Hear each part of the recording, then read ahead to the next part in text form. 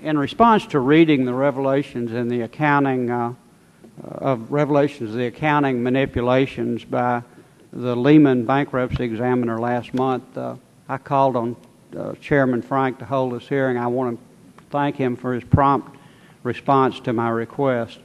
One has to ask the question, was Lehman too big or too interconnected to blow the whistle on? The court-appointed bankruptcy examiner, Anton Valukas, has provided us with an exhaustive report on Lehman's actions and the regulators' failures in that critical period between the rescue of Bear Stearns and Lehman's bankruptcy. As we consider how to reform our financial regulatory system, his report serves as both a case study and a cautionary tale of what can only be described as a gross regulatory failure. The regulations and powers needed to address the misconduct were in place. They simply were not utilized.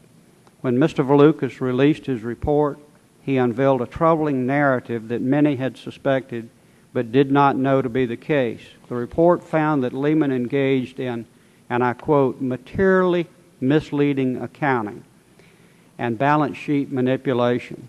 Had there not been a bankruptcy and had Mr. Valukas not conducted his report as a result, the acquiescence of the New York Fed and SEC in Lehman's misrepresentations would have been swept under the rug and the American people and investors kept in the dark.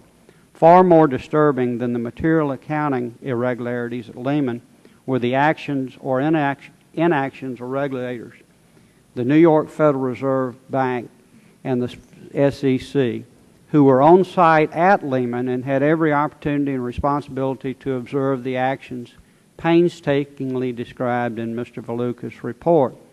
The report shows at best regulators failed to catch an accounting manipulation that permitted Lehman to give a misleading picture of its financial health to investors, creditors, rating agencies, and the financial markets.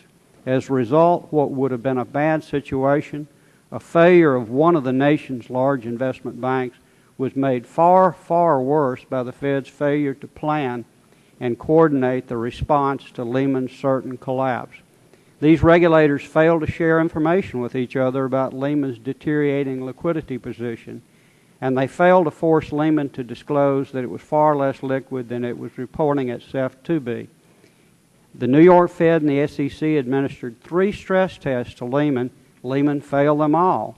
This alone is concrete evidence of a complicity of the Federal Reserve in the material misrepresentation of Lehman's financial condition.